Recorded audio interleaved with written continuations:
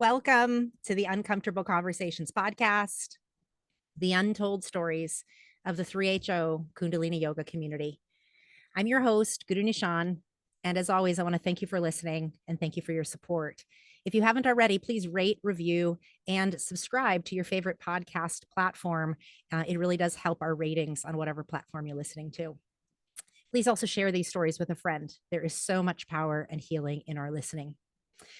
As always, at the beginning of every episode, I like to read the intentions for why I started this podcast.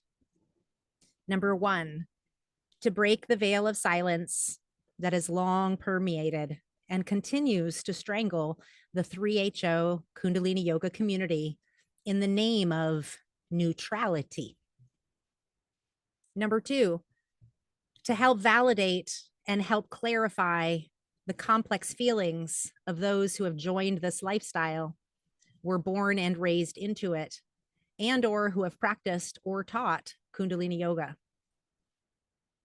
Number three, to encourage active listening to uncomfortable conversations from this community as a revolutionary act of self and collective healing.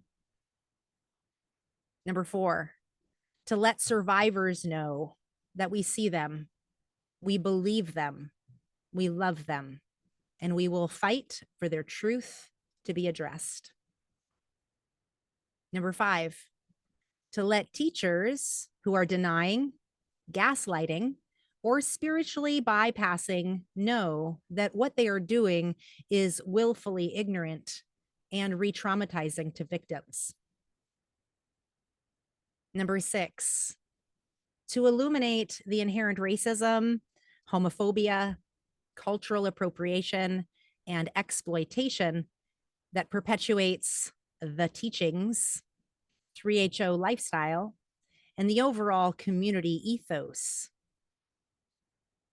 Number seven, to stop the perpetuation of gaslighting and victim shaming by naming it for what it is. Number eight, to dismantle internalized shame, guilt, toxic positivity, and light washing mentality. Number nine, to honor all of the parts of ourselves that have been forgotten or silenced. Number 10, to honor each and every body that has come through this community, both named and unnamed. And number 11, to encourage people to do their own research, to process their own emotions, to get somatic therapy and cult-specific therapy, as well as other support as needed, to draw your own conclusions, and to be critical thinkers rather than to just blindly follow anyone. Please remember that your story matters. Please share it when you're ready. We're here to listen and to support you. I want to welcome today's guest. Her name is Mel Hofmann. And at the age of 16, Melanie Calhoun was her name. She started studying Kundalini Yoga in 1970 in Berkeley, California, at the age of 15. The local area ashram at the time was known as Banana Ananda Ashram in San Rafael, California. She moved into the ashram in the fall of 1971 at the age of 16 years old. Shortly thereafter, the name of the ashram was changed to Hargobind Sadan. Baba Bert, later named Sat Santokh Singh, was the head of the ashram.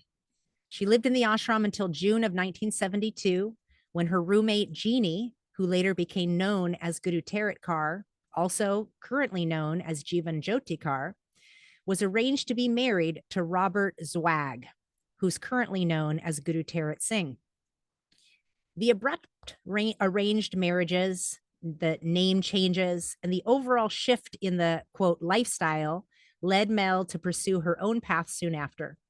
She was married to Stephen Hofmann and had a daughter who is currently 32 years old. He had cerebral palsy and is featured with their daughter, Emily, in the documentary Crip Camp. He passed away in 2017. She's had a long-time relationship to Kundalini energy, healing, and her own CPTSD recovery.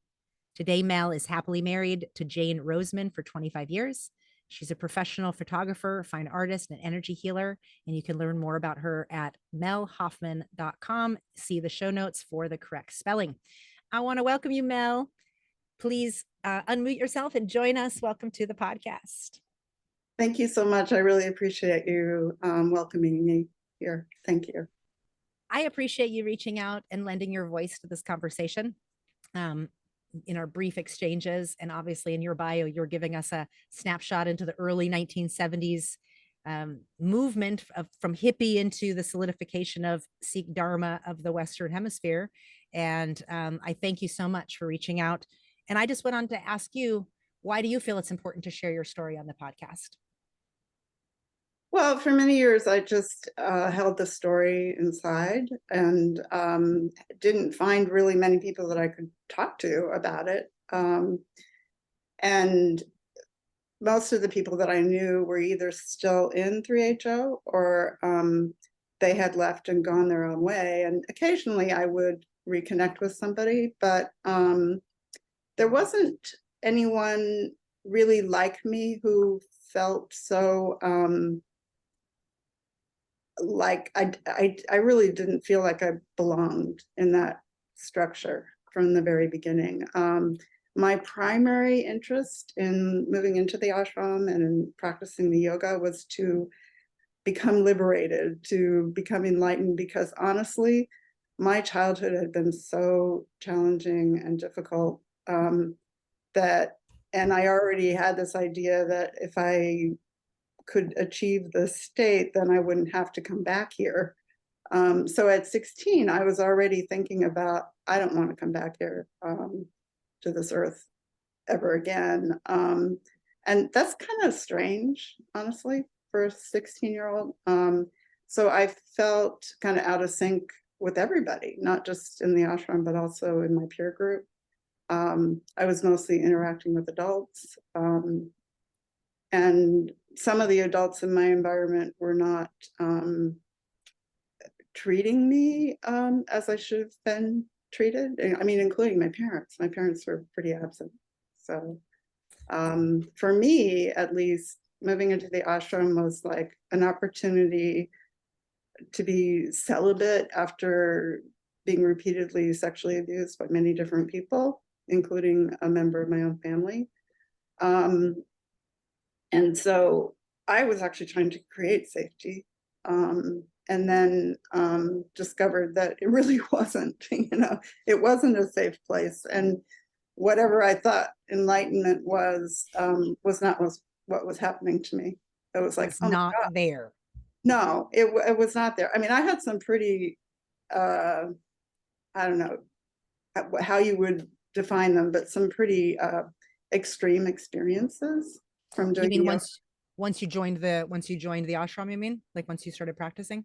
Yeah, it was like, okay, yeah. Right. So let me pause you and just say what I'm hearing you say is that you're 15 and you start practicing Kundalini yoga in Berkeley, but you've come from a very tumultuous life. You've already experienced plenty of sexual abuse, some from within your own family, which I want to just pause and just say, I'm so sorry. And I see you there.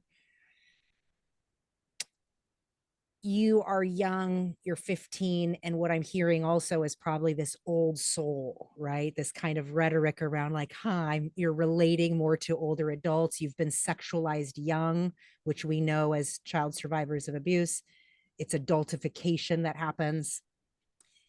Now you're this independent 15-year-old, 16, and then move into the ashram as this kind of independent person, thinking it's an enlightened environment, and you're saying very soon after you realize this isn't exactly a safe space for me.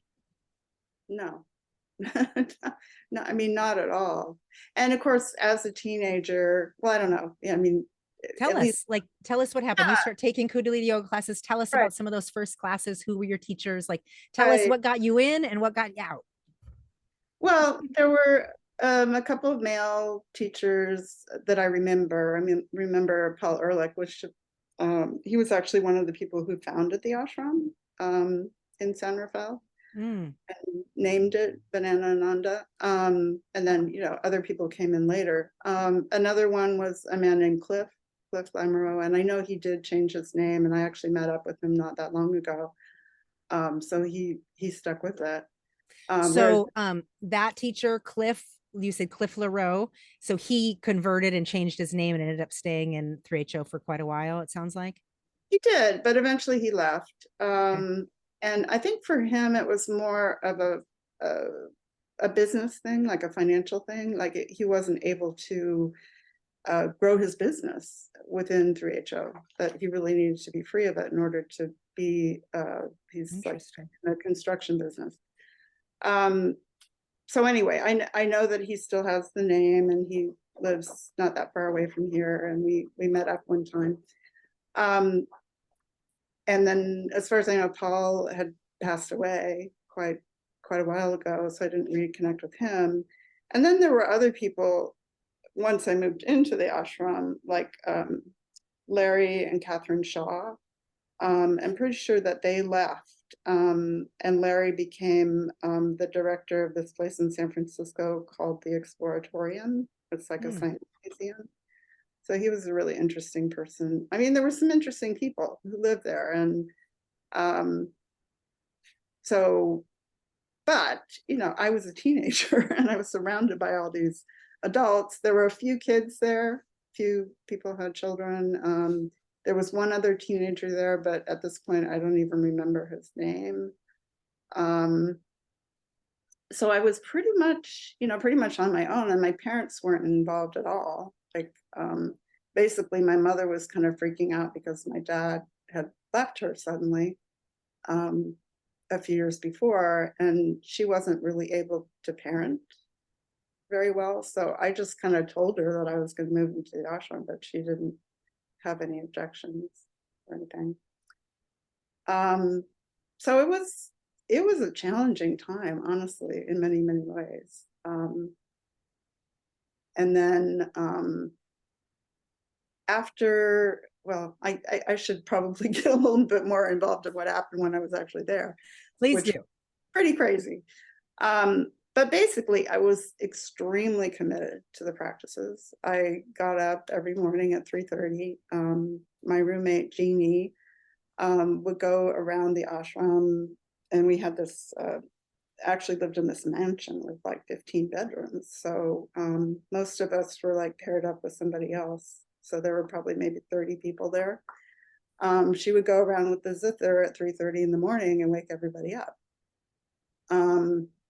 And then I think our sadhana probably started around 4 a.m. So I would actually sometimes even go for a swim because we had a pool there, or go for a run before the sadhana. And then I would do the yoga practice. And then we did really long stretches of Ek Onkar Sadhan Sri Wahguru every morning. I think it was like at least an hour, maybe an hour and a half. And at age 16, the fact that I was able to do that is just kind of astounding to me. I mean, if somebody asked me to do that now, I wouldn't do it.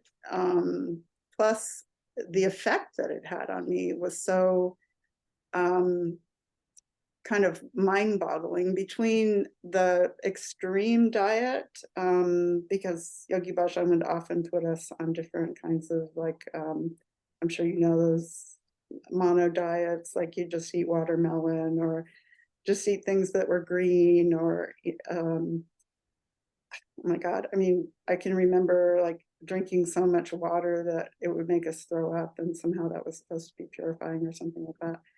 But for me, I actually didn't have a menstrual cycle for the entire time I lived there, for 9 months. So, when I'm looking back on it, I think, well, I was probably suffering from malnutrition.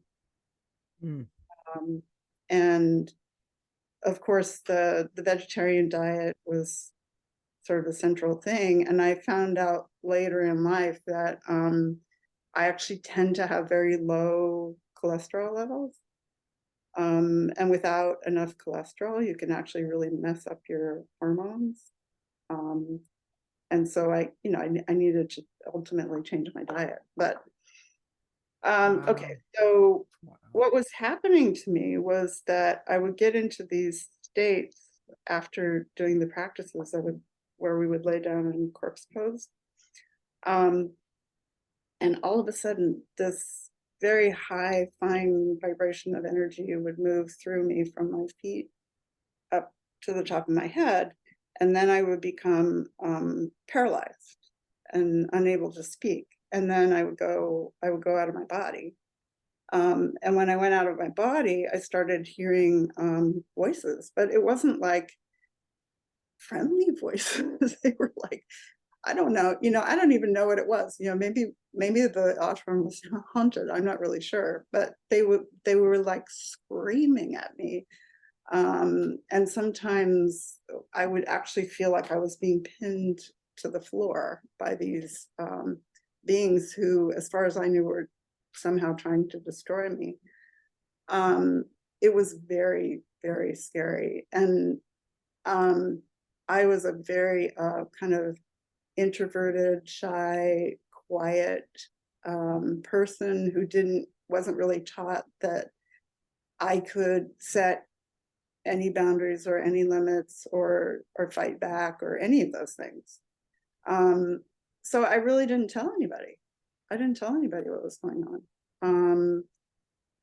I was just like suffering in silence, basically.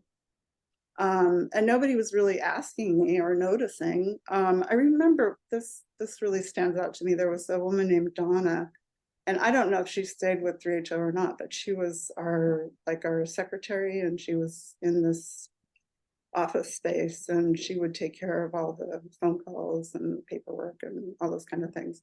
But anyway, half the time Donna was just sitting in her office sobbing. And at that age, I was like not in touch enough with my feelings to express them very much. So I was like wondering, what's going on with her? Like, why is she crying all the time? And I felt really bad for her, but I never, really asked her, like, what's going on here? So anyway, these bizarre, voices and all that were happening. And then there was also a morning, I remember being in my bed and I was laying down, and all of a sudden I was just like falling into this dark black hole, which I've identified as the void. And I know some people who talk about near-death experiences talk about falling into this void or being in this blackness or whatever. So I had that experience, but no really way to frame it, like, what's happening with me? Is this part of the enlightenment process, or am I going crazy? And then the other really significant experience that I had along those lines from doing the practices was actually a really incredible encounter with a very large group of angels. Showed up one morning, was in the meditation room and we did our practices, and they were just singing and laughing and playing these beautiful harps. And what was interesting, I guess, looking back on it now, is that I didn't really have a sense of being in relationship with them, but more that they were just there. Like they were having a good time, but that didn't mean that I was having a good time. I was just like, oh my God, what's happening? I'm hearing this music, but there's nothing playing on the whatever there was technologically wise back then. So that was a significant experience for me. And later on, I thought, well, I wonder why they didn't show up for me other times, like when I was having these different traumas that I had along the road later on. But anyway, it was kind of one of those mystical experiences that was more on the positive side of the fence. But, as I said, there wasn't really anybody that I was talking to about what was going on. Yeah. And one thing that really stood out was that even though you're living in such close quarters, you aren't in touch with each other's emotional experience. You're just kind of noticing, and then nobody's bringing up, there's nobody for you to share. Nobody's asking you what's going on for you, even though everybody's commingled in terms of time and space. Right. Yeah, there was no psychological depth at all anywhere. I mean, nobody was talking about their inner process or what they were feeling or what was going on. I mean, there were crazy things happening. Like I remember this guy, Steve, who was a friend that I would talk to sometimes. I kind of bonded with him. He got scabies, and then like we had to like wash down the entire place. And it was a really intense process, you know, to keep the scabies from invading the entire place. Is stuff like that would happen that was just sort of crazy. And then also there were like locks on the refrigerators. And I guess part of the way that, well, I mean, it's still happens at times. Part of the way that I would comfort myself was with food. And it's like, well, I can't even get into the refrigerator, you know? Now, if I'm correct, is this the refrigerators that are the food that's like for the community meal? Right. So like there might be like people who live in the, at least this is what I know from my ashram experience. So I'm double checking. There are personal ashrams that you might have where you can keep your personal items, but then there's collective food that is used for like ashram meals that people collectively make for the ashram. And I remember there being locks on the big fridges that were for the community meals. And then there were personal meals that people that lived in the ashram could stick their food into. Yeah, I don't remember having any personal space at all to put anything like that. But I do remember, You didn't have a mini fridge in your room with your roommate? no, I didn't have anything, honestly. Yeah, so but there was this big room that had these like large bags of stuff, like there was, you know, flour and beans and rice, and I remember there was this large bag of sesame meal, and I was like starving sometimes. I was so hungry that I would like go in there with a spoon, you know, and eat it out of the bag. I mean, it's really crazy when I think about it, but I was probably, you know, just looking anywhere I could find some sort of nutrition that I wasn't, you know, wasn't getting.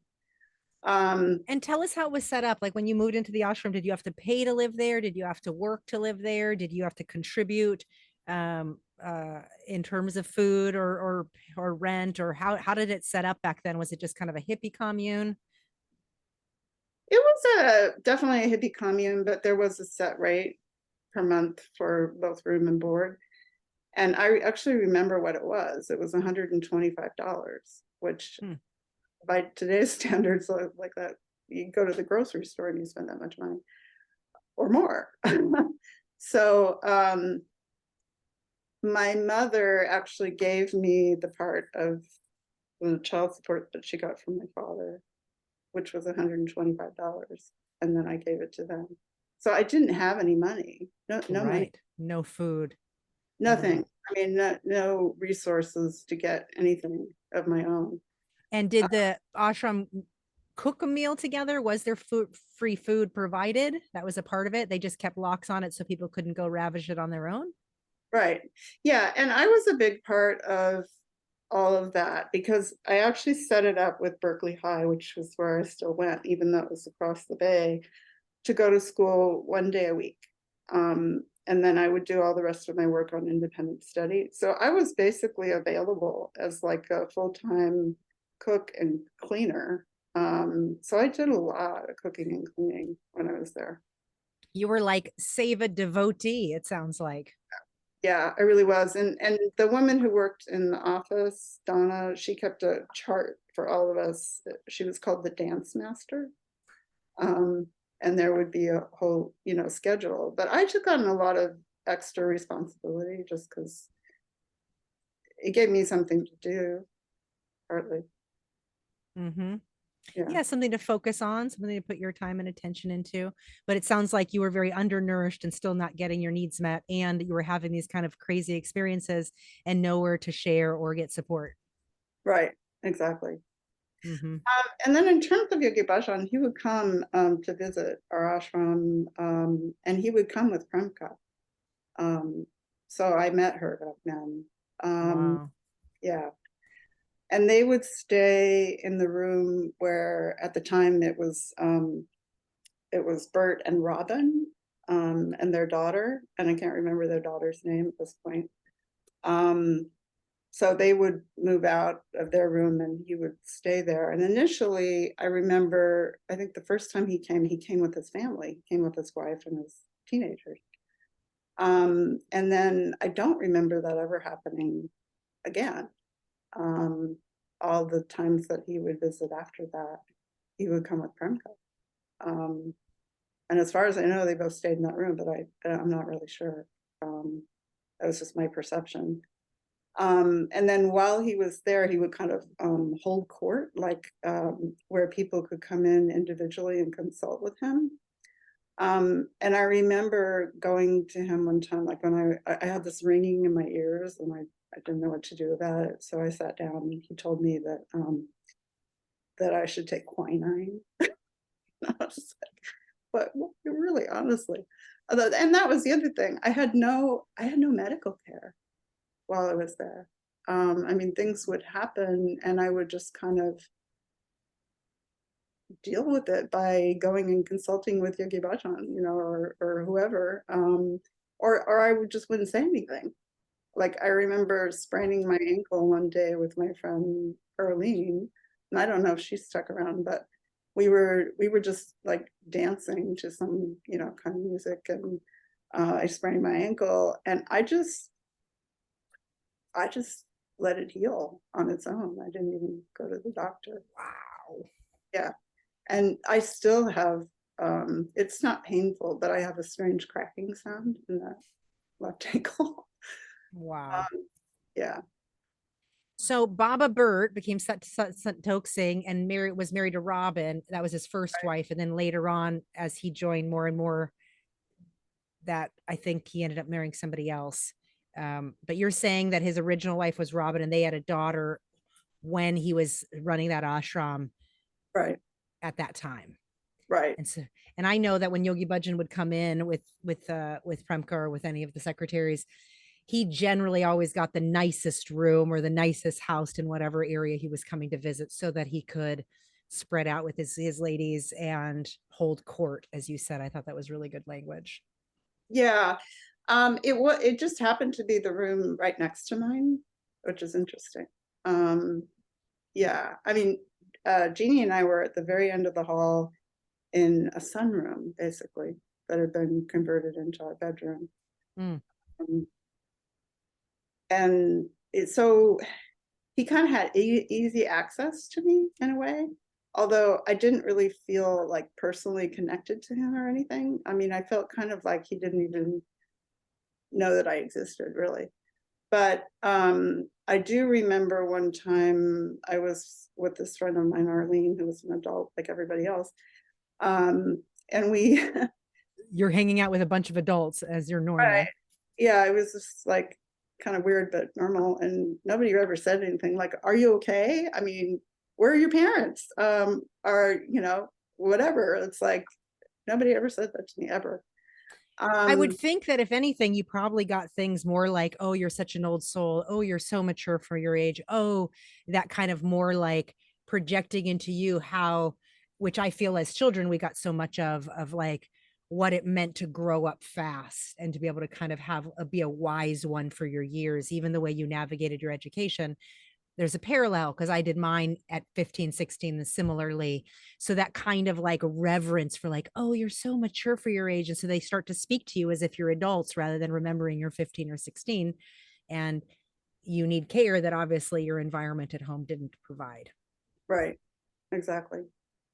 Yeah, that's absolutely true. I mean, people would think that I was older than I was, or I remember one guy, because I was very good at sewing, and I like sewed this garment for somebody in a very short period of time, and he said to me, oh, you'd make a really good wife. And it's like, that was kind of the last thing that I wanted to hear.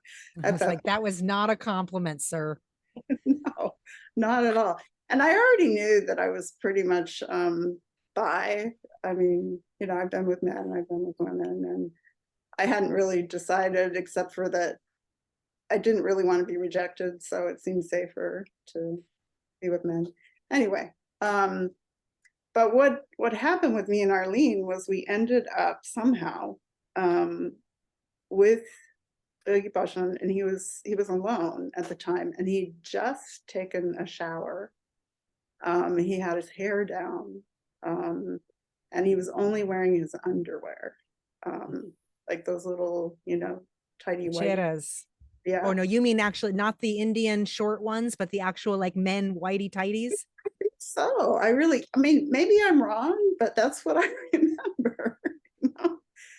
And, so here we are in his room with him after he's taken the shower, in his underwear. And I remember him like bringing us both kind of together with his big arms and sort of smashing us together and telling us, to keep up or something like that. But anyway, it was just wildly inappropriate.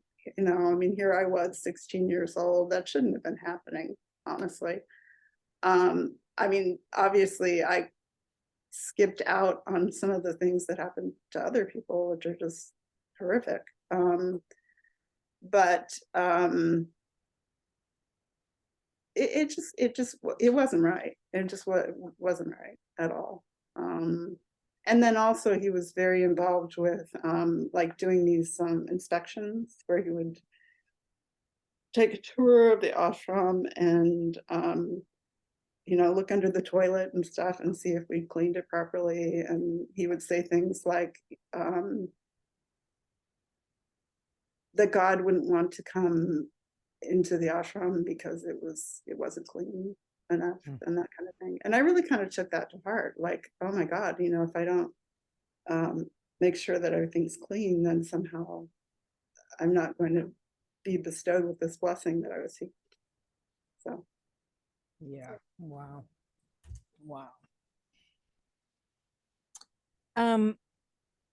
During the time at the ashram, your roommate is Jeannie. And so do you naturally become closer because you're living together or not necessarily? not really. No, I rarely remember talking to her about much of anything. Mm-hmm. Yeah. She seemed, well, she was more involved in other things, and she was very connected to Yogi Bhajan. And it was strange to me. I didn't really understand why people looked up to him in the way that they did. And I definitely got that from her, that she really looked up to him. And I do know from some other people who were like friends of mine, one who was with his wife now in Española, that there were certain things about him that people looked up to, like that he could see auras, or he could, look into the future, or, that he had these abilities or whatever. And I just thought, wow, that's really strange. I mean, I can remember taking the White Tantra class with Yogi Bhajan as a teacher. It was in Sausalito, California, also over there in Marin County. And here I was doing these bizarre exercises where we had to hold these poses for however long it was. I mean, it seemed like forever. And in the process of doing that, I started seeing all sorts of auras around people, and I started seeing into their past lives, and all kinds of stuff. And I thought, well, that's interesting that he can do those things, and I'm having those experiences too, but nobody's talking about what's going on with me, It was just weird. It's like he's somehow this special person, and he has the same abilities that I have. It was just strange. I appreciate the fact that you're 16 years old having this awareness. I really did have the awareness. I had the awareness all along. And for years, I would dream about like this particular friend, leaving 3HO and showing up at my door without his turban on. And of course that never happened. But I just thought, are they so deluded that they can't see? I just couldn't understand it. And then also just the whole all the garb and everything, which doesn't really, just doesn't resonate with the rest of the world. You mean the whole like the whitening of everything. So like where everything went from like kind of like free, we're coming together and doing practices for enlightenment, to being more of an organized religion, needing to wear a particular uniform like a turban and white. Um, the name changing from Baba Bert. My dad was Baba Lee. Everybody had Baba something to their name. And it went from that to being these official names from Yogi Bhajan. Like, do you mean that kind of watching people go through that and watching this kind of blind reverence happening around you? Yeah, I do. It just seemed like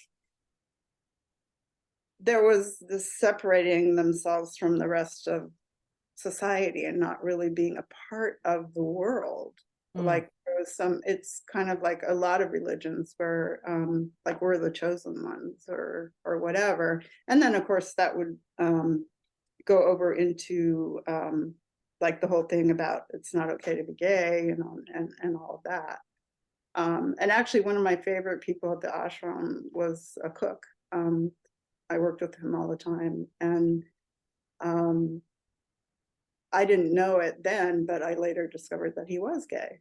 And he left and had his life, but it's just, Yeah. Yeah. Wow. I'm really struck that, you know, you came in and out during this kind of small window where it went from kind of like open ashram free love spaces to this really organized religious spaces. And I've heard a couple of people speak about this particular San Rafael area and the Banana Ananda ashram specifically, because some people really did transition into the gung-ho Sikh Dharma 3HO lifestyle, stayed there, were in high levels of leadership throughout, and are still very much in the Dharma, including Jivan Jhoti, including GuruTarethSingh, including Sat Santokh Singh, all in their own ways with very complex stories, with their own complex family dynamics and children and all the stories.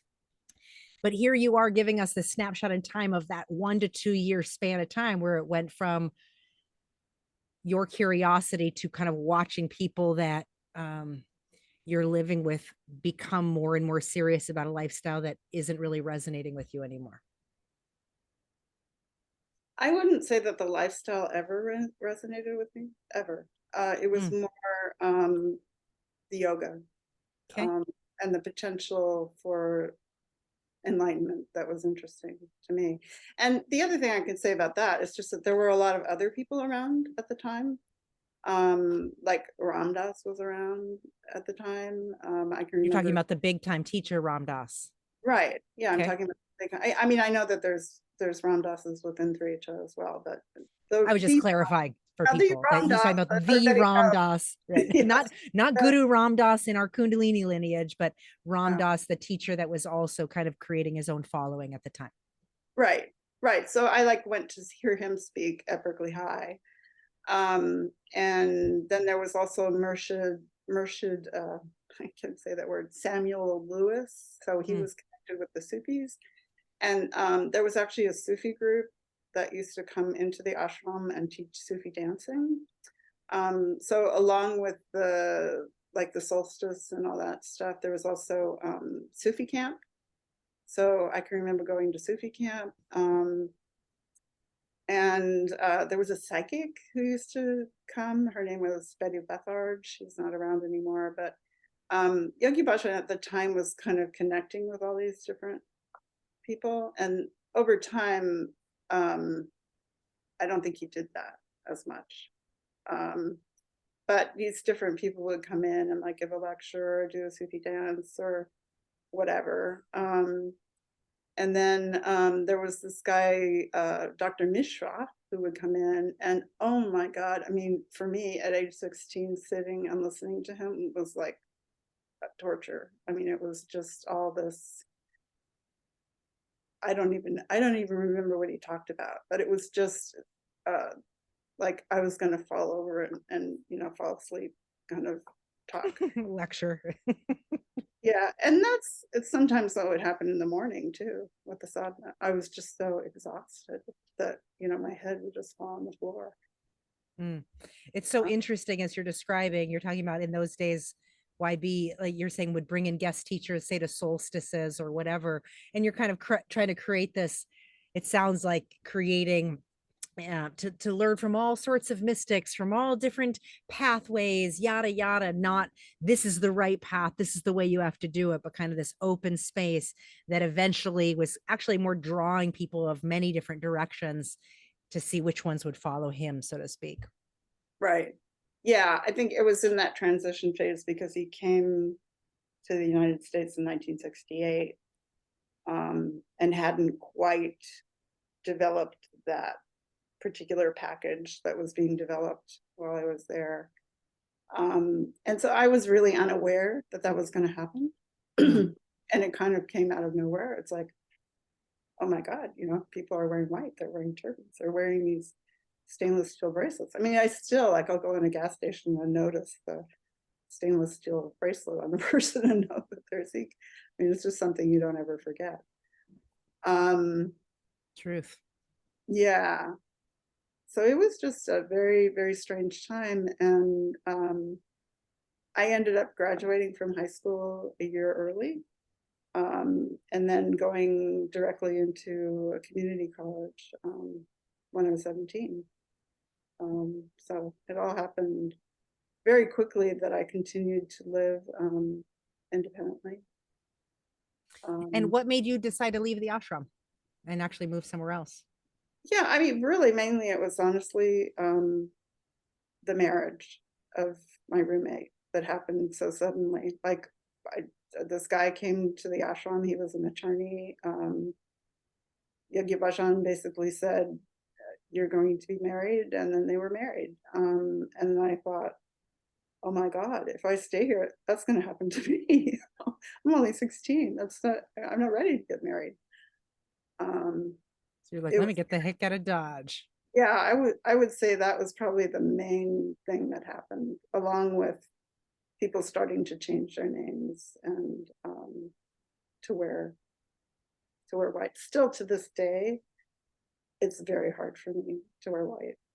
Um, it's like I have a trauma response to it. So you remember being in the ashram where people were dressing however they were dressing and then they started wearing all white? Or was that from the get-go when you were in there, were they everybody already wearing all white?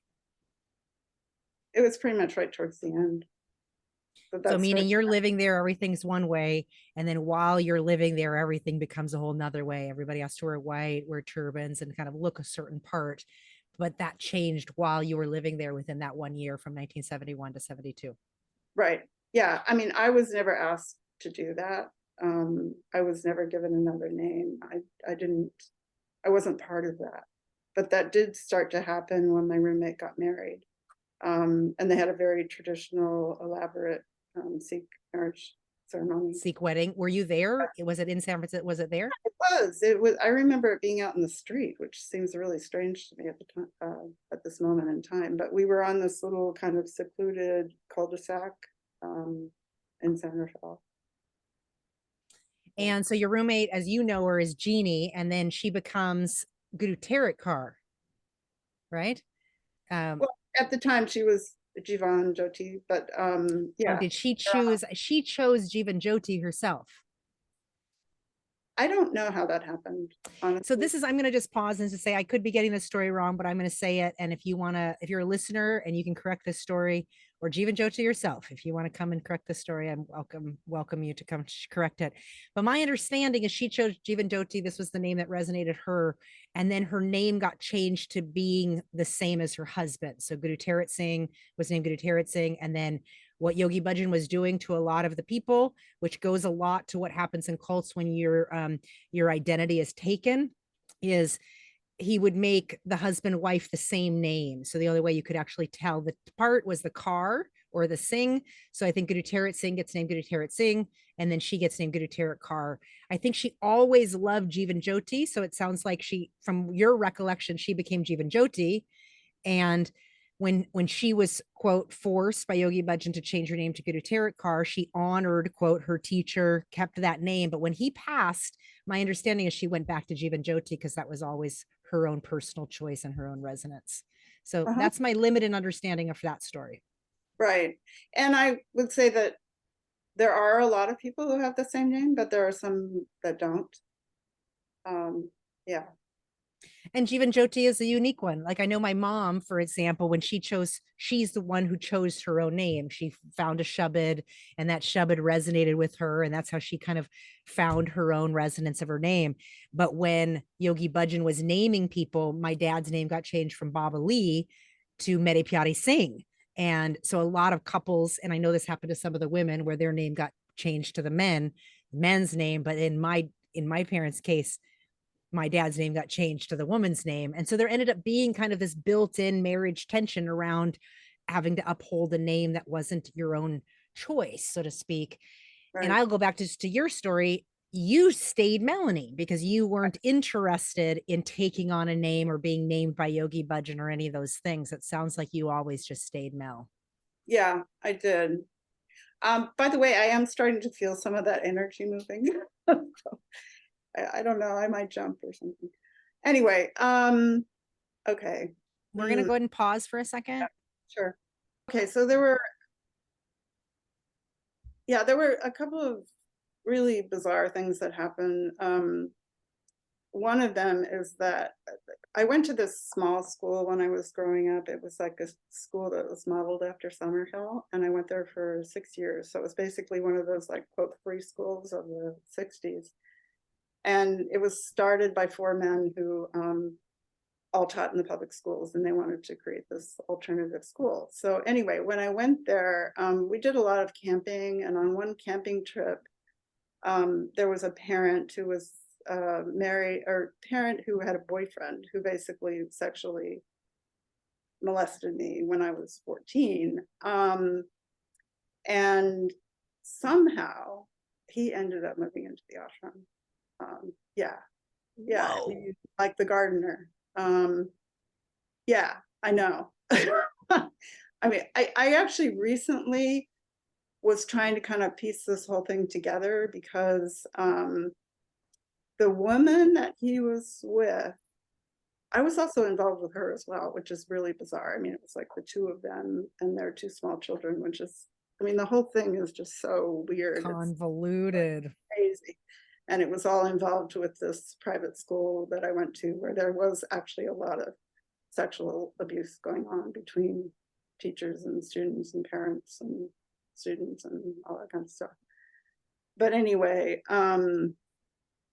yeah, somehow he ended up living in the ashram too. And I don't remember how that all happened. And it was, I think, toward the end of the time that I was there, and that behavior did not continue when he moved into the ashram, but it was just like my life just felt like no matter where I went, there were these, elements that were coming in like that, that made me feel not safe. And I guess sort of on the whole,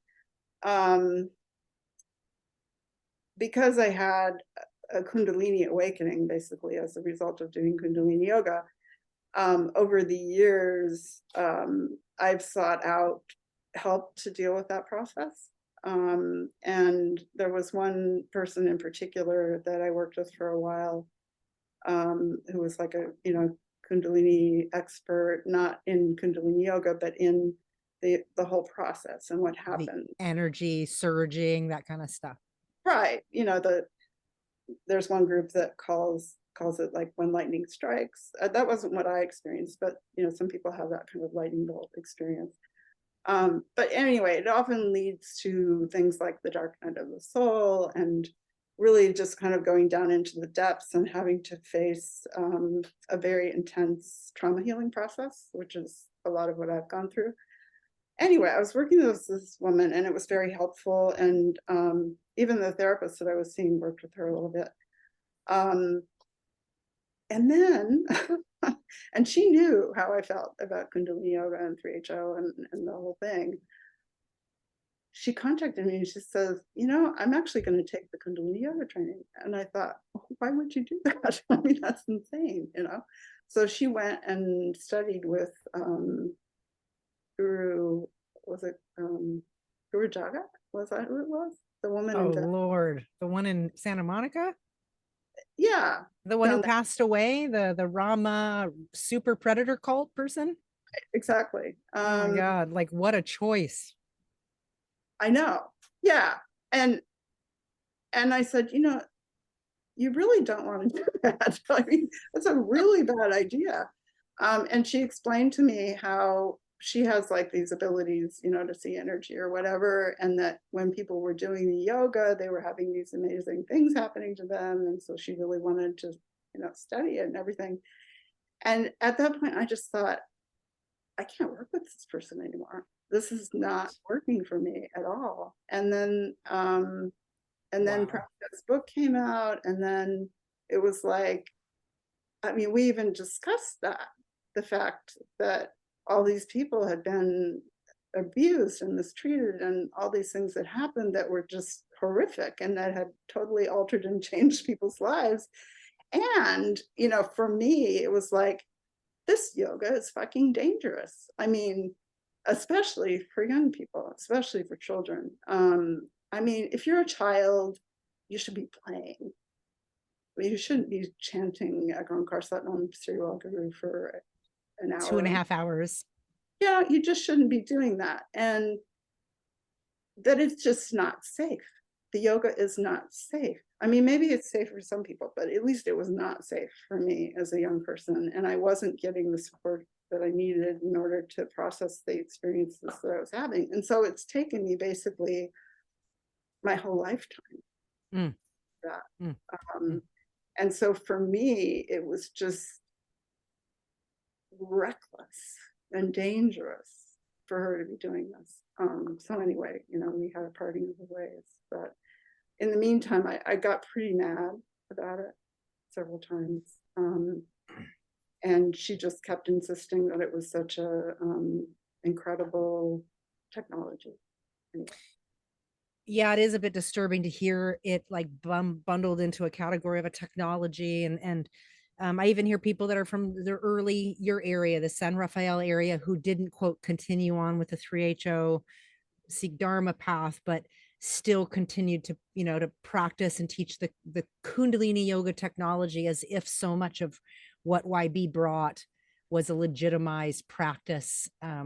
When really what I hear your 16-year-old self realizing was that I'm getting fragmented and this isn't bringing me more to myself. It's actually creating more distortion.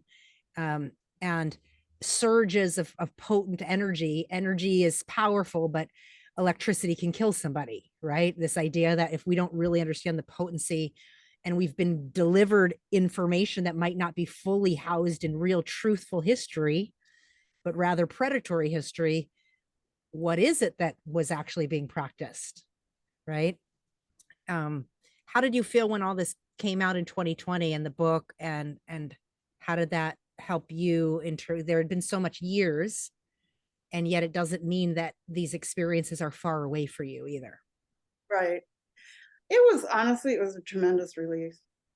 And then joining the Facebook group where people were being honest about their experiences, connecting with Premka, because really honestly, she didn't really even know who I was.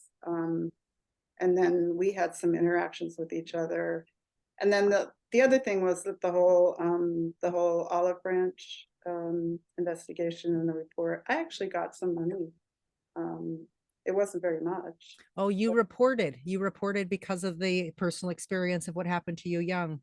Right. Good for you. Anyway, Good for you. so I got $1,200, which is like a drop in the bucket when, you know, it comes to therapy or whatever. But Do you mean you got money for therapy and reimbursement or because of Olive Branch report? I'm not really sure. well, they were giving out like $1,200 to survivors, basically, to help them pay for therapy. Oh, okay. So this wasn't because you reported to Olive Branch. This is just because you said that you needed counseling. I did report to them. Report. Got I it. Okay. don't really know how that all worked. I honestly don't remember the entire process.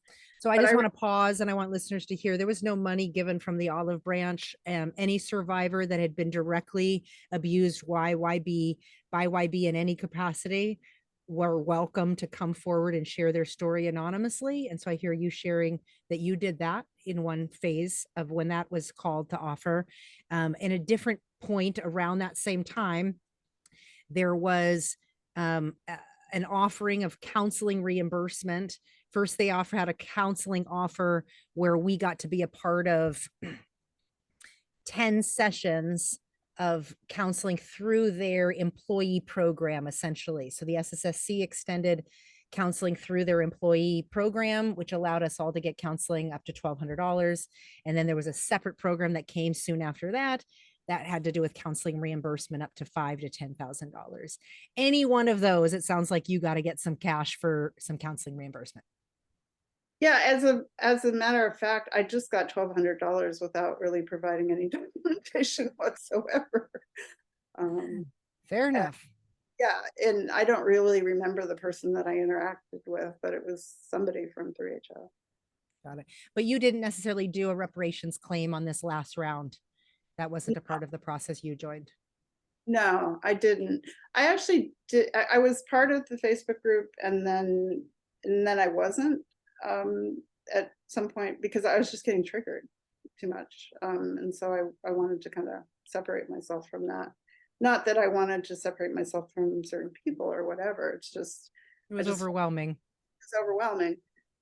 So I've reconnected with the group, but in that process, I had some direct communication with Premka, and that was very helpful. So you got to speak directly with Pamela. Yeah. Good on you. Right. It must be. Yeah, exactly. It's okay. We all naturally do it because like in a reference point, that's how you reference someone. But, you know, she is Pamela in today's day and age, and we will respect that Premka was a role and a persona that was put on her. And the more, you know, the more we all heal, the more we really understand what it means to take on cult personas as our own survival mechanisms. But also a persona that wasn't one she chose. It was very much, you know, painted on the role that she needed to live up to. It's not easy. Right. No, I definitely know her as Pamela. No, and I kind of slipped into a old brain groove, I guess.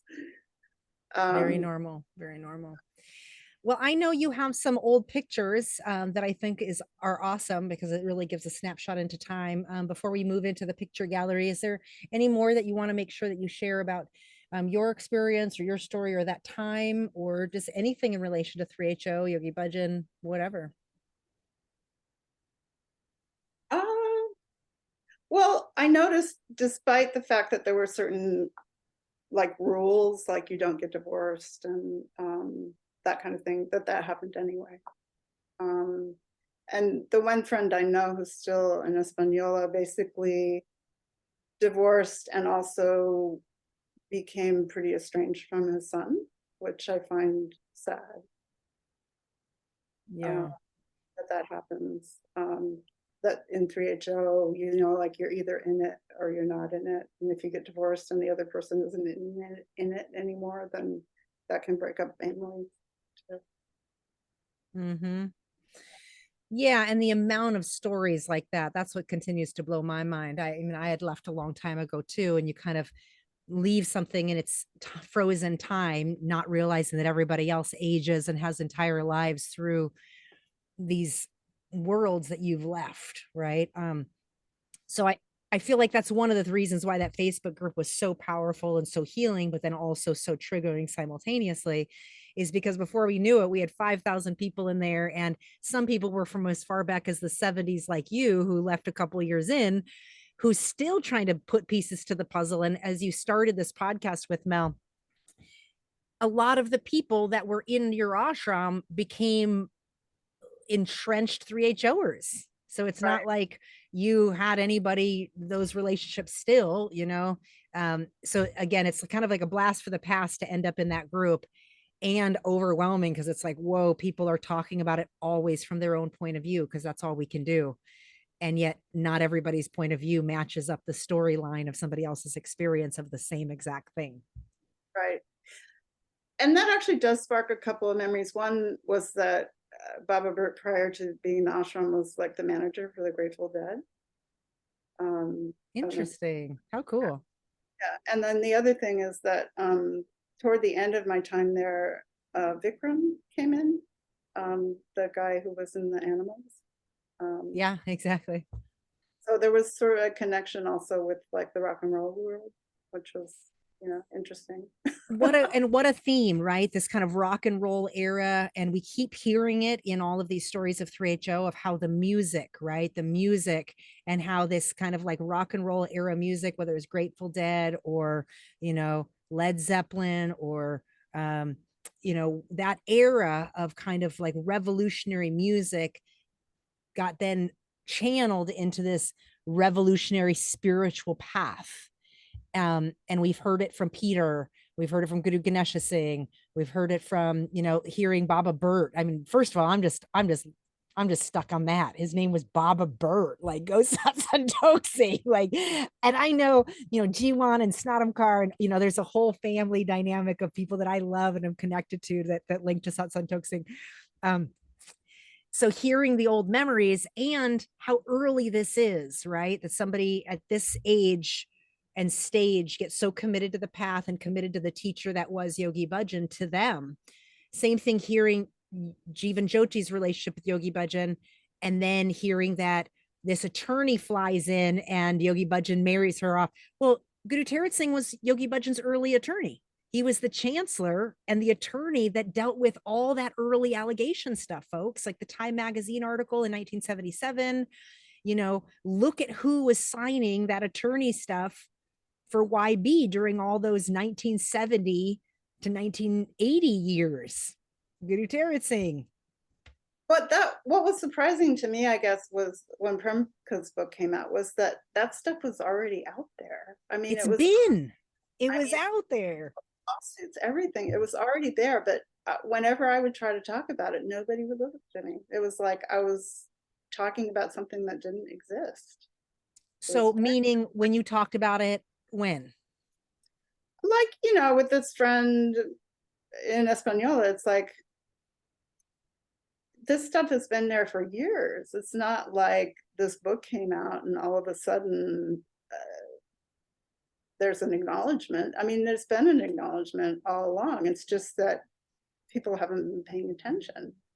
Willfully choosing not to look at it. And I think that's so powerful because I fall in that category. You know, as late as 2016, I had a student bring up, maybe it was a little later, maybe 2018, I had a student pull up the 1985 lawsuit that really breaks down not just what Pamela talked about, but also what Kate felt, and not just the rape and the abuse and the biting, but also intellectual property. And so this really hit me when I read that lawsuit myself, was that realization, what you're talking about, Mel, like this has been in the public domain. Like, how do you train a people to not look at what's in the public domain?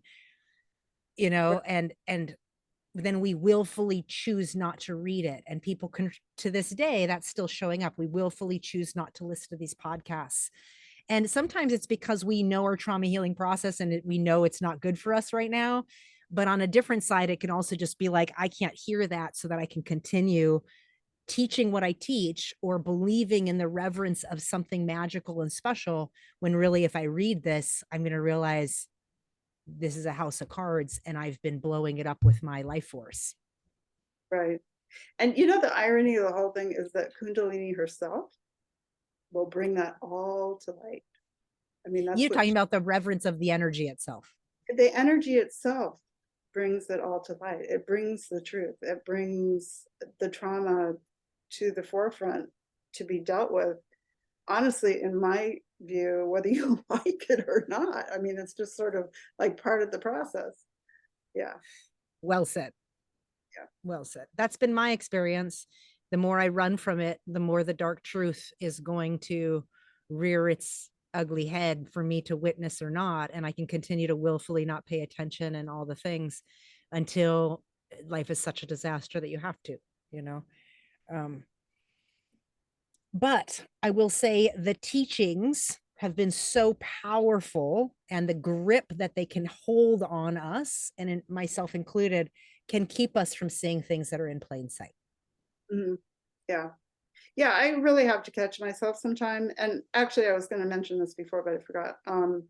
That there was just all this anti-drug stuff was a very big part of 3HO, and bringing people in for recovery and all that. But I mean, if you take drugs and just throw them out the window, I mean, that can cause problems. I mean, there are benefits. Like I actually started taking insulin. I was diagnosed with type 1 diabetes when I was 19. Well, what would have happened to me if I hadn't done that? I later in life found out I had hepatitis C, and I did antiviral treatment. And then because I've dealt with like CPTSD and depression and all of that, I finally availed myself of psychedelics for therapy. And that was a big no-no. It's like, you don't do that. And as it's turned out, it's really, really helped me. I ended up seeking ketamine therapy. Beautiful. And tremendously helpful. Yeah. Thank you for bringing that up. I think it's such an important point that there's such an emphasis on this is the right pure lifestyle and all that's wrong. And the more entrenched people are, like the further back and the more entrenched that this is the right way and the most healthy way and all those things, it doesn't leave room or space for it to explore what our system needs. Right. Right. And whether that's your particular body, maybe your brain chemistry, that there is a time and place for medications. It all doesn't necessarily have to just be through your breath in the natural way. There can be brain body imbalances that can be corrected by healthy support with medicine, much less other alternative methods of psychedelic. What do they call it? Where it's guided treatments, Right. ketamine treatments or whatever. I think it's just an important point that we can become so entrenched in the belief system of this is going to change humanity. This is the right way. And to me, that was a part of what I knew wasn't right. Like anything that gets me this frantic about thinking it's the right way to do something can't be the only thing, because it induces so much fear if doing the opposite. And that was a part of what I had to explore in order to like get down off my Kundalini yoga high and be like, what's actually happening in my body when I do this practice? Is it fragmenting me? Is it disconnecting me?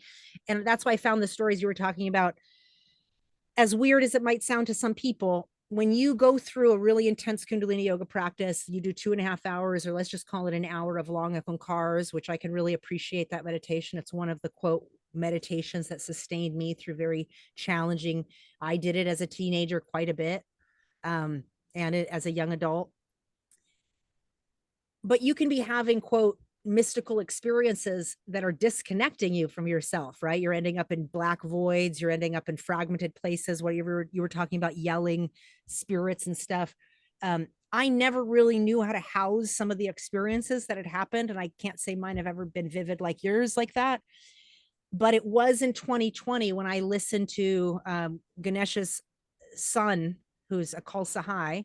He also was born and raised in Kundalini yoga. He talked about how the way he worked on recovery is he had to reconnect his will back to his body, and how so much of the practice was actually disconnecting us from our own will and sending us to the astral realm. And I found the whole thing so interesting because in mystical or kind of spiritual studies around understanding different realms, the astral realm is a very dark place with a lot of disembodied souls. I can vouch for that. For sure. And so I don't know a lot about this. I haven't gone down rabbit holes in these arenas. I've just kind of taken different shamanic experiences I've had in my CPTSD recovery. And one of them was a shaman saying, well, you're disembodied and nobody knows it because you've perfected the shine. And I found that so interesting because I was able to start tracking back my own Kundalini yoga practice and being like, wow, how can I be so shiny in the body, but actually so disconnected? And it reminded me of this thing of what you talked about, like, whoa, when we're overdeveloping, we can shoot out of our body. And that's exactly what Akal Sahai was talking about, was shooting, that he was teaching us how to shoot out of our body into super consciousness, which is actually a perfected disassociated state. Right. And I was like, I don't know if that's what happened. Call it what you want. You can have your experience and I can have mine. But it did help me to start really understanding why I had such, what I now know in CPTSD, such emotional flashbacks. Why I would have these really weird mind body disconnects situations. And the more I got actual real therapy, and I say real therapy because I'm talking about a licensed therapist as opposed to, let's say, somebody who calls themselves a yoga therapist.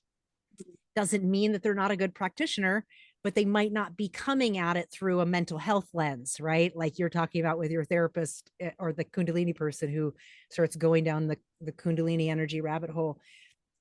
For me, it helped me to land my experience out of the mystical spiritual language and start dealing with my physical brain body chemistry and the regular disassociation that I seem to live in regularly.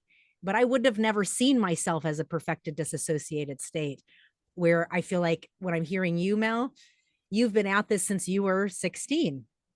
And so you've been naming these different things and finding your way of being able to come back to like what brings you home.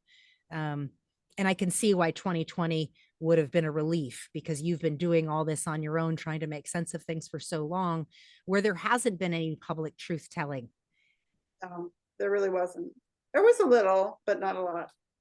Well, there were pockets of it, right? People that were speaking the truth in certain areas, but never as a totality in the full 3HO experience.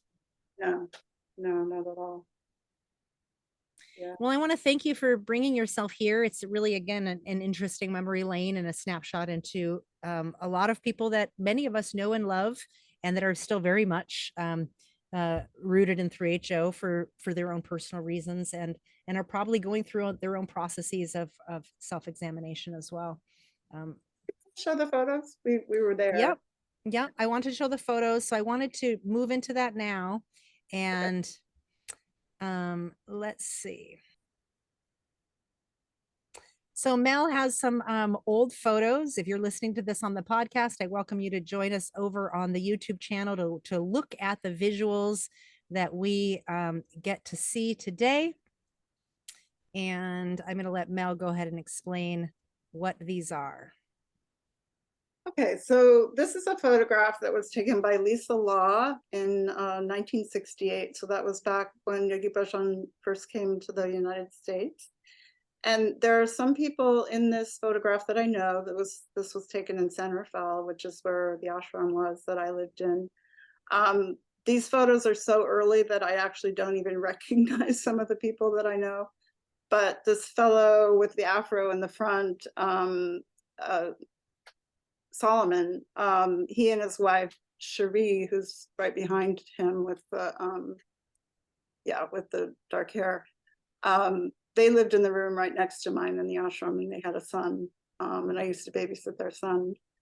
So I'm not going to tell you who the other people are because I can't really recognize them, as I said. But this is an early photograph that was taken somewhere, not at the ashram because it didn't exist yet, but of the early group of people. Okay, 1968. Okay, so this is a photograph that originally I thought it was from an event called the Meeting of the Ways in San Francisco, but it turned out it was actually taken at an event called the Holy Man Jam that took place in Colorado. And so on the left of the photo is Stephen Gaskin, who was the teacher who created the place called The Farm in Tennessee, where many people went off to live with him and his wife. So they had a spiritual community there. And then Yogi Bhajan, of course, is in the middle. And then Swami Satchidananda is over on the right. I don't know any of the other people in the photo.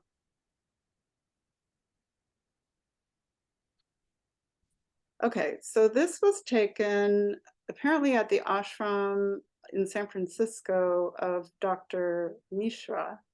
Dr. Mishra is sitting below the blackboard.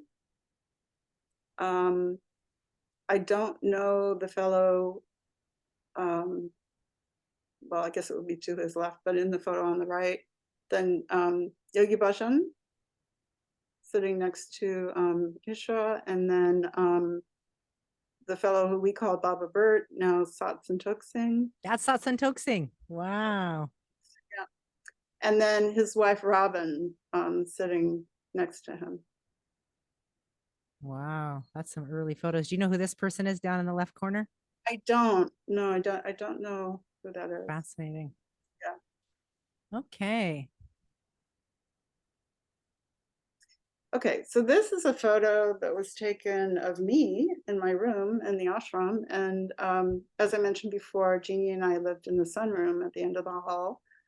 A few things about this photo. Well, you notice the mala beads that are hanging on the window. There's an image of one of the Egyptian goddesses. I'm not sure. Like Isis or Sekhmet. Mm-hmm. Isis, that actually a teacher at my school had made for me. It's like a little batik. And then the dress that I'm wearing is actually a dress that I made. And that was one of the things that I used to enjoy doing when I was there, along with some other forms of art. So that art has pretty much been with me all my life. Wow. Okay, so this is actually the photo that we showed before, except that it has the names on them. Yep. So it says Lisa Law took the photo. Far left. We're going to read these. And anybody who's listening, if you know who these people are in reference to 3HO today, you're welcome to put them in the comments. So far left, Rufin Cooper. And in a row next to him is top to bottom, Tom Law and Paul Ehrlich. And you had talked about him being one of your early teachers. Right. Face partially shown, partially hidden, Richie Moonchild, Steve Samuels, Reno Meyerson at the bottom. Far right next to Yogi Bhajan is Larry Wentick, aka Larry Singh. So I wonder if that's the Larry that was out in the East Coast, or maybe a totally different one. Next to Joni Moonchild, furthest right. And Solomon, let's see. So Solomon is down in the front. Solomon's second from the right in bottom row, and Sherry Solomon's partner is just below Larry. Recent respondent from New York reports that person's name far right bottom is Steve. All right, folks. Well, if anyone's watching and knows who these folks are, you're welcome to fill it in. I mean, the thing that stands out for me, I guess, is just how silly everybody's being. Or not everybody, but a certain number of people. Yeah. All right. So here's this picture of Yogi Bhajan and Ram Dass. So I have no idea where this was taken, but honestly, it was very intriguing to me because obviously it was way back in the beginning when Yogi Bhajan wasn't wearing his turban all the time. And he was friends basically with Ram Dass. And I don't think that that was the case necessarily going forward. I think it was the case at the time this photo was taken, but later Ram Dass kind of separated himself from Yogi Bhajan. We saw that one.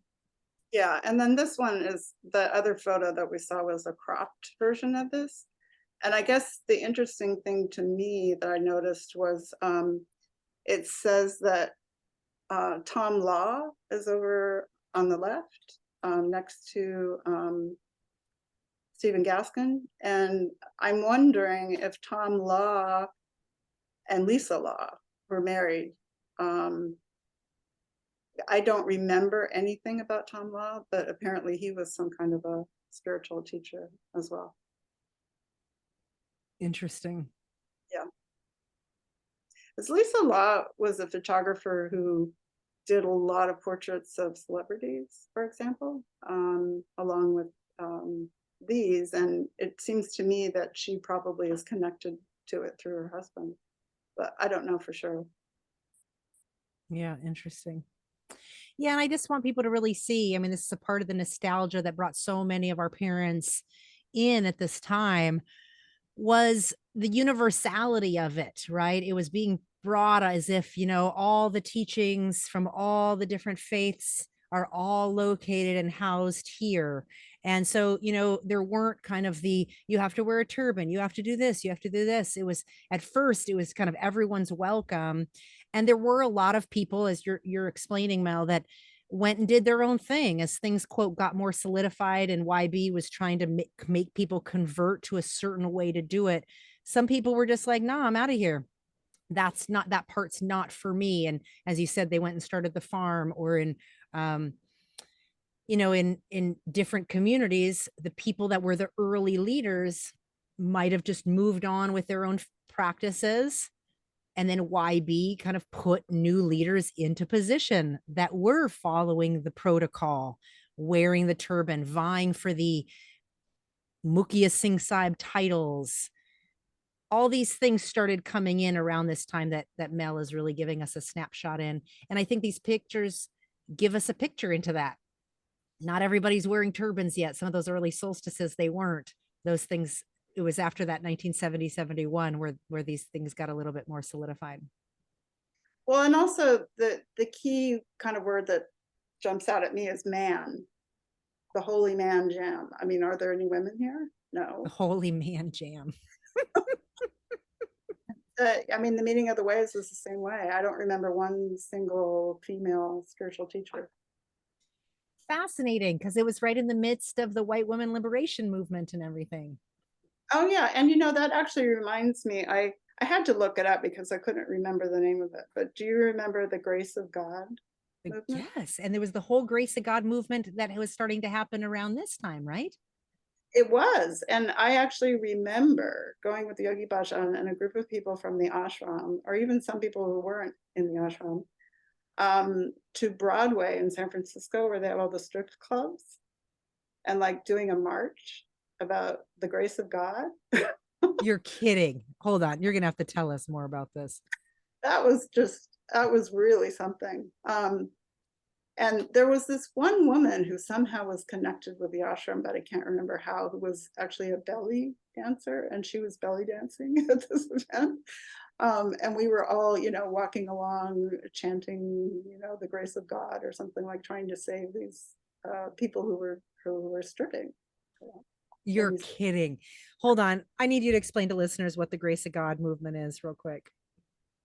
Well, that's a good question, because I really don't remember the details exactly, but it was just something about how, women, whether they did sadhana or not, they were going to be saved by, bringing in the next avatar or something.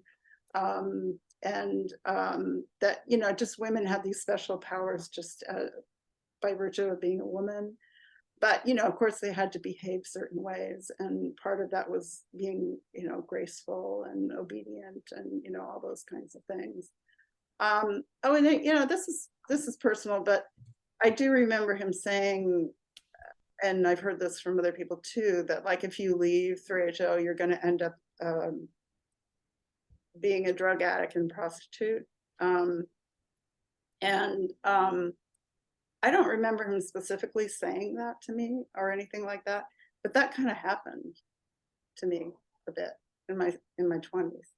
And it's a part of my life that it's been really hard for me to integrate. Like I couldn't even really admit to myself what I was doing. I went to massage school and became a massage therapist, and I ended up with a boyfriend who was talking me into, doing a little more than a massage, and it was like all of a sudden here I was, and we were at the time freebasing cocaine. I mean, it's just a really crazy time in my life. And basically, after that time, when I turned 30, I had stopped doing the drugs. I'd stopped smoking cigarettes, and I just had like a complete and total nervous breakdown, and sort of admitted to myself like what had been really happening. And also found out that it's not uncommon for women who've been, or for men for that matter, who've been sexually abused to end up kind of exploiting themselves in a way. And then when I traced it back to Yogi Bhajan and some of the things he would say, like, if you're raped, it's basically Your because fault. it can't happen unless you invite it, Yeah. basically. And since it had happened to me, like over and over and over again as a teenager, and then once when I was in Mexico studying art, I was raped by a stranger who with a gun, and it's like, well, this is happening to me because I invited it, not consciously, but that was sort of the programming Yes. that I had. Yes. Trying to, undo all of that and come to more of a place of wholeness and acceptance. Like, well, yeah, that happened. And there were a lot of reasons for that happening. It didn't just happen out of nowhere, or it didn't just happen because this, all powerful guru or whatever knew everything, because he didn't. He definitely didn't. And he was also prostituting our children, and he was prostituting our parents, and he was prostituting our young women and grooming them. And he was prostituting adult women with spiritual abuse and sexual abuse. And I find it so ironic that he implanted such deep level convolution and sexual, spiritual predatory prostituting on our psyches as imprints, only for him to be doing that to our women while in plain sight. Yes, it's enough. amazing. It's so crazy. It's so crazy. It's really crazy. Meaning, you even brought it up, him and Premkar staying in this one room, and you see it as one thing, but is everybody not paying attention? Same thing. He stayed in our house, and him and whoever stayed in one room. And my dad would refer to them as the entourage. He assumed he was sleeping with all those women, and my dad just made it okay in his own psyche. But the level of power dynamic and abuse that goes with the slut shaming, the prostituting, because prostituting isn't just trading sex for money, it's being emotionally used and abused. It's not just a sexual act. Like so much of the historical, what it means to prostitute somebody out, it means that you're psychologically binding them to need you and to then perform things on your behalf. And some of those performance could be sexual acts, but oftentimes they can be lots of other acts. Anyway, I wanted to qualify that because I really heard your own story and how painful that is to be like, whoa, that actually came true. The thing he said, and then being able to reflect on segments of your own life, whether it's you or whether it's a listener listening. I want us all to hold ourselves gently here, because this is a part of the convoluted abuse that YB spun as a part of these teachings. Going back to the rape is always invited. It's very hard to extract your own healing from these experiences when you have that embedded in your psyche like that. Like, somehow I must have called this on myself. Yeah, and I mean, it's still present at times. I think, well, why is this happening? And there's all these people out there, of course, saying that things happen because you make them happen. Things happen because you use certain language. And he used that a lot, that whole thing about the word and the word being powerful, and how it create your own reality and all that kind of stuff, including all this stuff. It's like, how in the world will I even be able to think that up in the first place? Yeah. Well, I really appreciate your vulnerability and the confusion of it, how it still shows up. I feel like CPTSD is like that, right? It can just bubble up and be like, woof, woof. It's kind of taking me over. My dog wants to say hello. Hello. We don't want to leave you out. Yep. Hello. Thank you for visiting us. Well, I want to just touch on what you had mentioned about the Grace of God movement, the fact that it was happening as early as you were talking about. I know that Kamala talks about up in San Francisco in that San Rafael area, how when she started extracting herself, all that Grace of God, there was a whole booklet that was passed out in the early 70s around the role, like the role of the woman, and just how twisted and manipulated it became. Because here you are talking about doing a Grace of God chanting down the strip as if you all represent what womanhood can be, right? And now let's go prey on all the prostitutes on Sunset Strip in LA.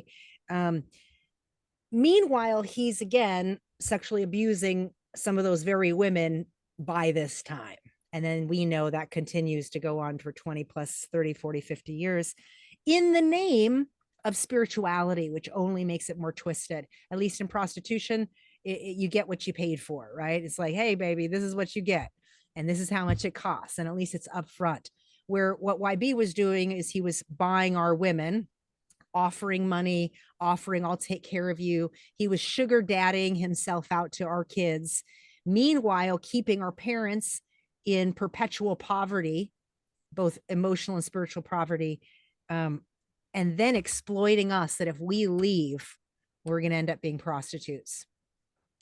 The fact that this was actually a movement called the Grace of God, and we can find those booklets. Any of you listening that have references to that, I know Kamala will.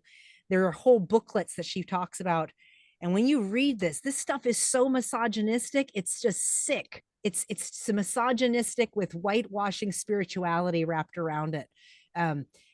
Yeah, it's bad news brown. And so if you wonder, and I know this has been my process, if you wonder where some of these like weird subconscious teachings come from, and then you read some of these things or you read some of these lecture quotes, you suddenly realize, holy moly, that's been running my inner record, and I had no idea.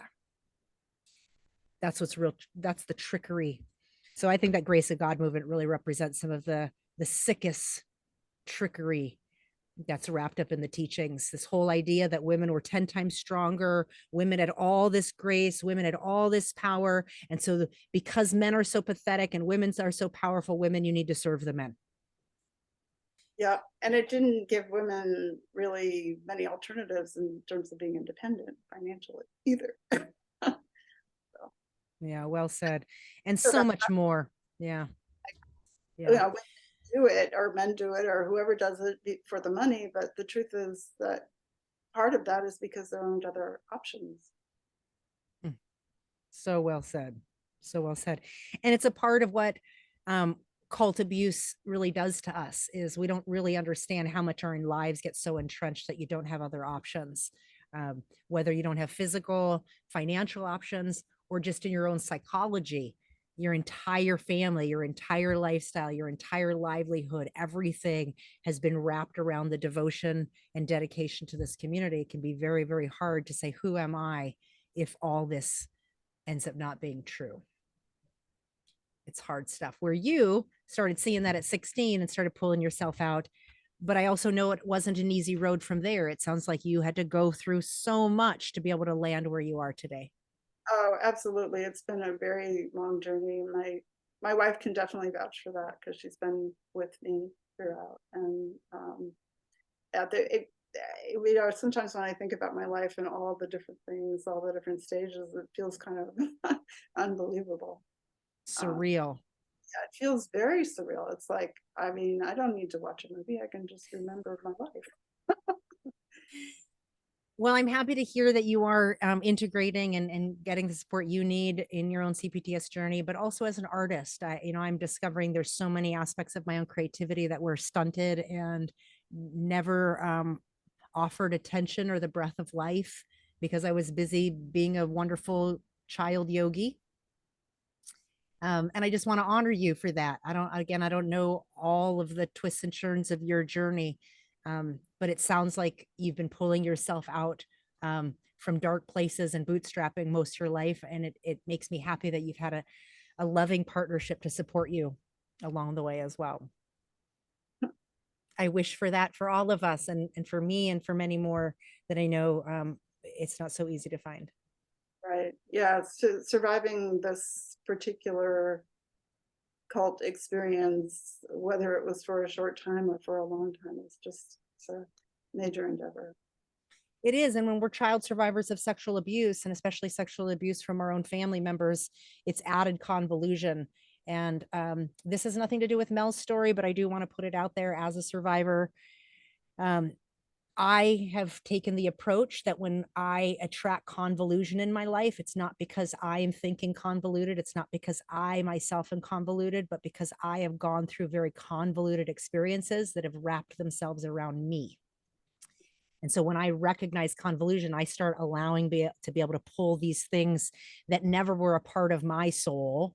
I just ended up in these convolution, and then it becomes a part of what I thought was me. And so as I draw on these things, I'm able to remove myself slowly. That's how I integrate, is realizing, well, I might have come from convolution, but I'm not that, you know, I'm whole, I'm enough, you know, and that's helped me be able to just keep going back to, wow, I came from real convolution. And any one of us that come from sexual abuse in our family, that's some fucked up shit, because you learn love and abuse in the same place. And so to extract ourselves from that level of twistedness is not easy. I can't encourage all the realms of support, from traditional to not traditional, as long as you're doing it for you, as long as you're listening to what works for your body.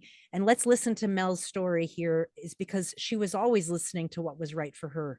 And I honor you for that. Even at 16, you were able to be like, no, no, and guide yourself. Even if it guided you into more bad experiences, you still kept at it and keep pulling yourself. And I think that's all we can really ever do on our trauma healing recovery process. So thank you. Thank you for showing up and sharing. Yeah. Well, thank you. I appreciate it. Before we wrap up, any last words, and tell us why you chose the song you chose? Oh, okay. Well, I went to Hawaii for the very first time when I first met my wife, and we were listening to this song by Savage Garden, and it's from the album Truly, Madly, Deeply. And it's kind of like, if we ever, well, we didn't do this for a wedding, but if we ever had a wedding song, this would be it. Truly, Madly, Deeply by Savage Garden. Let's go ahead and listen here. And as always, folks, we don't listen to the whole song because of copyright, but you can listen to the Uncomfortable Conversations playlist and get the whole thing. And here we go.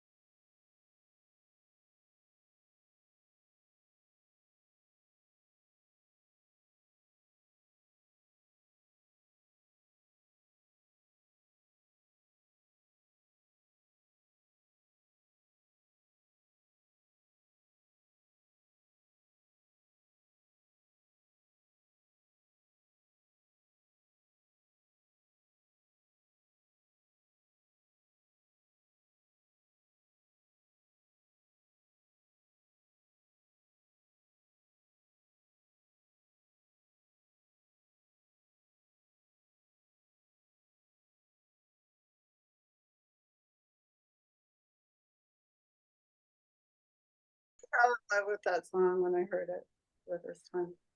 I can definitely see why, especially when you're in a new relationship and you're in Hawaii. Mel, thank you so much. Thank you for bringing your voice and your memories and your healing journey and your pictures to the Uncomfortable Conversations playlist, and also just to this podcast conversation. We really appreciate you. I appreciate you very much as well. Thank you so much for doing this. Absolutely. All right, folks. Well, that wraps up another episode of the Uncomfortable Conversations podcast, the untold stories of the 3HO Kundalini Yoga community. If you'd like to contribute to this broadcast, you can make a one-time or monthly donation. Just see the link in the show notes or check out my website at gurunishan.com. Also, if you'd like to be a guest on the podcast, please send an email to me at gn@gurunishan.com, and you can subscribe and follow my work at my website as well.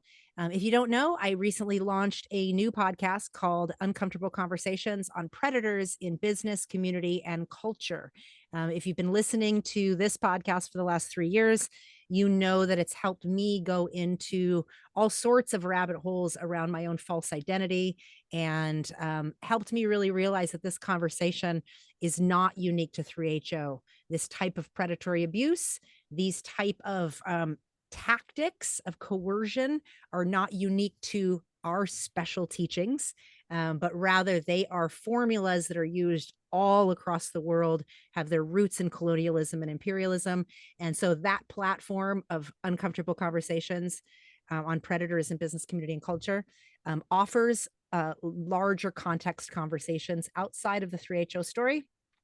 But still, we all have plenty of stories to tell. So I invite you to also reach out to me if you want to share other dynamic, interesting segments of your life in which you woke up to predatory patterns in business, community, and culture. Because one thing I've learned is that we can't make the culprit the thing we joined. There's always going to be another thing that you join. There's always going to be another predatory teacher or predatory healer or predatory doctor or predatory government agency. You fill in the blank. And so the more we can see this as cult dynamics and coercion control dynamics, the more we can become discerning and self-empowering so that we don't just repeat trauma bonding and repeat these patterns over and over again, but rather see them for what they are, call them what they are, name them in real time, which I'm a testimony to say that's not easy shit to do. We do it slowly. We do it one baby step at a time, and recovery is real. It's an everyday real life experience. CPTSD doesn't go away, but we do get better and better at recognizing what spins us out and how to bring us back home to ourselves. I thank you all for listening. I thank you for your support, and I'll talk to you on the next episode.